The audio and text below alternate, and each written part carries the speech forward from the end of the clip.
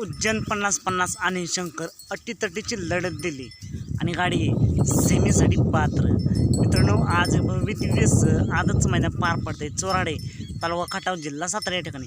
चोराडेकरांचं एक आदत एक बैल मैदान आणि या मैदानातील गट क्रमांक 22 सुटला। या गट क्रमांक 22 मध्ये होता सोन्या 50-50चा मुलगा उज्जैन 50-50 आणि आज त्याला साथ दिली शंकरने।